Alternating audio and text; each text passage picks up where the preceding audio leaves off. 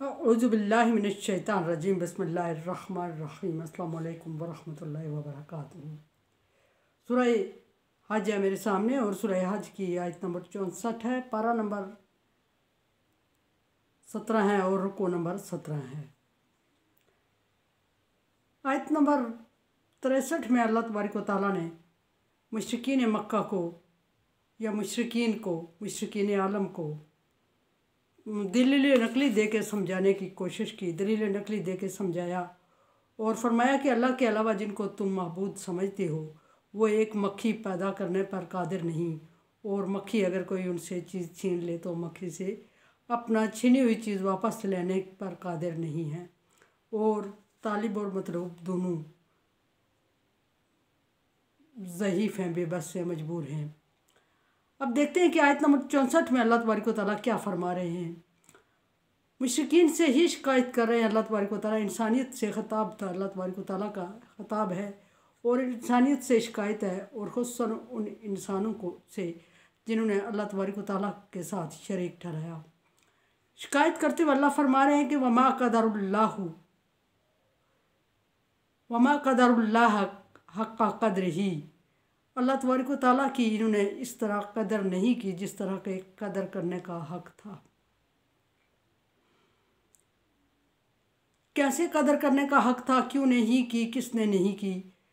हर उस इंसान ने अल्लाह तबारक व तआला की एलानिया कदर नहीं की, बगावत की, जिसने अल्लाह तबारक व तआला के साथ शरीक ठहराया और ज़ाती और सिफ़ाती शिर्क किया, उसने अल्लाह तबारक व तआला की कदर नहीं की। जो बज़ाहिर तौहीद बारी ताला पर यकीन रखने का ऐलान करते हैं और मुवाहद कहलाते हैं अपने तौर पे, उन्होंने भी अल्लाह तबारक व तआला की कदर उस तरह नहीं की जिस तरह कदर करने का हक़ था। मतलब कहने का ये है कि अल्लाह तबारक व तआला का हक़ वो था जो किसी और का सोचा भी नहीं जा सकता, समझा भी नहीं जा सकता। अल्लाह के साथ किसी और को ना ज़ात में ना साथ सफ़ात में शरीक करना होता है, ना अल्लाह तबारक व तआला को के अलावा किसी और से उम्मीद रखनी होती है, ना मांगना होता है, और ना ही किसी को इस काबिल और लायक समझना होता है। लेकिन मुशरिकीन ने तो अलानिया अल्लाह तबारक व तआला के साथ शरीक ठहराने की कोशिश की। बात पीछे बारहा गुजर चुकी है, किसी ने पैगम्बर को, किसी ने नबी को, किसी ने वली को, किसी ने अल्लाह की पैदा करदा दिगर अशिया को, किसी ने फरिश्तों को, और किसी ने चरिंद परिंद और सूरज चाँद तारों को, किसी ने बेजान मखलूक को अल्लाह तबारक व तआला के साथ शरीक करने की बगावतन कोशिश की और करते रहे, और अल्लाह तबारक व तआला उन्हें समझने के लिए, समझाने के लिए टाइम देता रहा और समझाने का इंतज़ाम करता रहा, लेकिन वो नहीं समझे।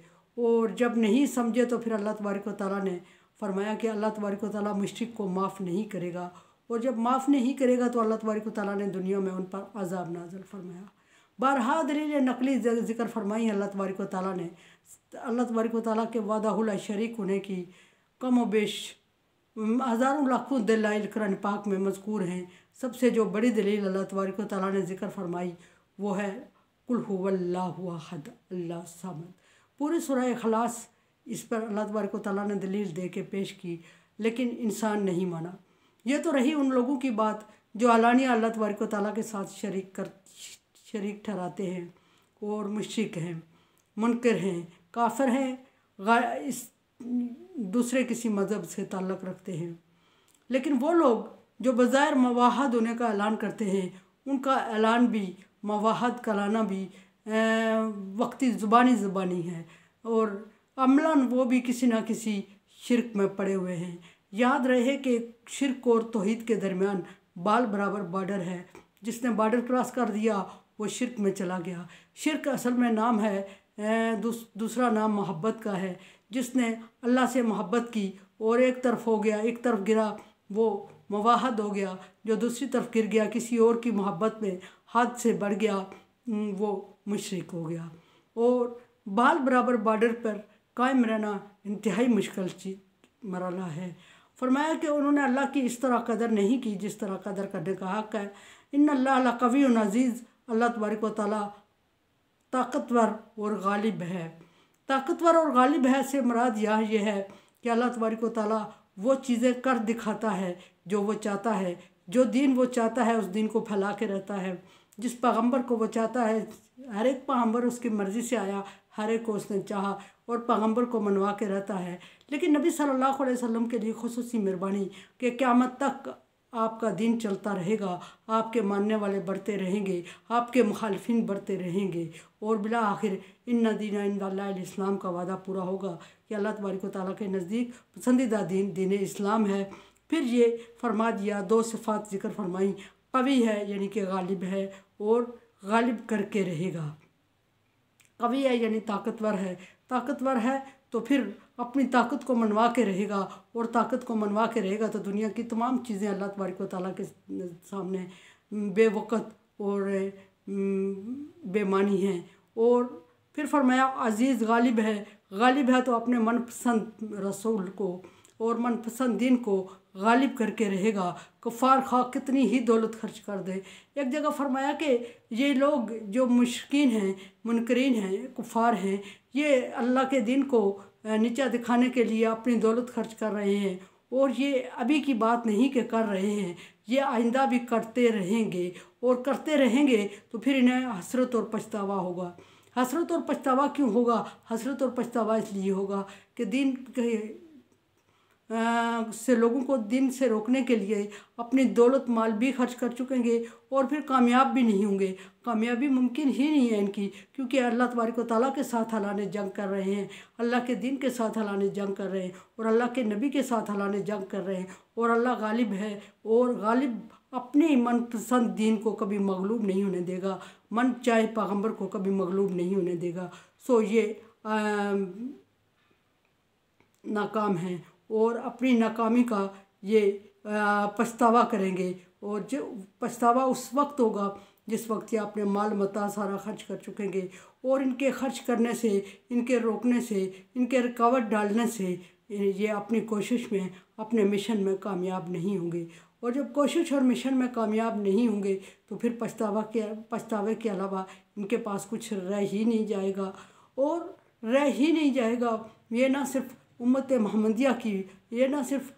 محمدیہ کے ساتھ مقابلہ ہے ان کا، بلکہ پچھلے جتنے بھی پیغمبر گزرے، نوح علیہ السلام سے کی قوم نے شرک کی ابتدا کی تھی، نوح علیہ السلام کی قوم سے لے کے نبی صلی اللہ علیہ وسلم کی امت تک سارے لوگ جو شرک کرتے رہے ہیں اور وہ ناکام ہوتے رہے ہیں، اور اللہ تبارک و تعالیٰ اپنے دین کو کامیاب کرتا رہا ہے، اور یہ ہر ایک پیغمبر کے ساتھ مقابلے میں رہے ہیں۔ موسیٰ علیہ السلام کی اکثر اللہ تبارک و تعالیٰ نے مثال دے کے سمجھانے کی کوشش کی کہ موسیٰ کی قوم نے موسیٰ علیہ السلام کو بہت زیادہ تکالیف دی۔ پھر نبی صلی اللہ علیہ وسلم کو تسلی دیتے ہوئے اللہ تبارک و تعالیٰ فرما رہے ہیں کہ اے نبی صلی اللہ علیہ وسلم، یہ صرف آپ کے لیے ہی تکلیف کا سبب نہیں ہے، ایسے لوگ ہر پیغمبر کی قوم میں ہوتے رہے، اور ان پیغمبر کے لیے تکالیف کے سبب بنتے رہے اور رکاوٹ بنتے رہے، اور بالآخر ناکام ہوتے رہے۔ اور مشرکین مکہ کی مثال کہ بڑے بڑے